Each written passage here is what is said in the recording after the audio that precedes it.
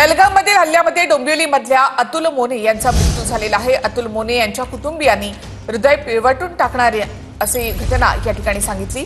दहशतवाद्यांनी धर्म विचारला आणि त्यानंतर गोळ्या घातल्या अशी माहिती कुटुंबियांनी दिली आहे। माहिती मिळाली त्यानंतर तुम्ही प्रयत्न केलेले होते का आणि तुमचं कधी बोलणं झालं, कधी माहिती मिळाली तुम्हाला? रात्री आम्हाला कंट्रोल रूम मधनं समजलं की माझे जिजाजी डेड झालेले आहेत आणि जे तिघही 9 जण गेले होते त्याच्यामधले तिघही जे मेल होते ते तिघांनाही शूट केलेलं आहे। सकाळी माझं बहिणीशी बोलणं झालं। काल रात्रीपर्यंत आमचं काही मी खूप कॉन्टॅक्ट करायचा प्रयत्न केला, रात्री 2-3 वाजता पण काहीही कॉन्टॅक्ट झाला नाही। सकाळी माझं बहिणीशी कॉन्टॅक्ट झाला। सकाळी तिला सांगण्यात आलं की असं डेथ झालेली आहे म्हणून। सकाळी तिच्याशी कॉन्टॅक्ट झाला, त्याच्यानंतर कळलं की आत्ता माझ्या भावाचाही फोन येऊन गेला की त्यांना स्पेशल फ्लाईटनी इकडे आणण्यात येणार आहे आणि आता त्यांची फ्लाईट निघण्यातच आहे। सो 1-5 वाजेपर्यंत वगैरे ते येऊन जातील।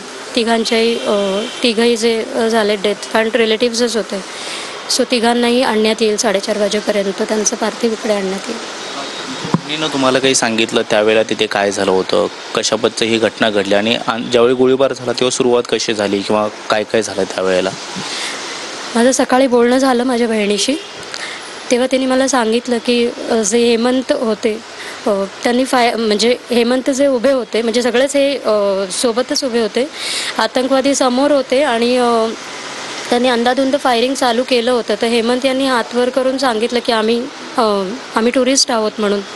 तरी त्यांचं काही ऐकून न घेता त्यांच्यावर गोळी झाडली।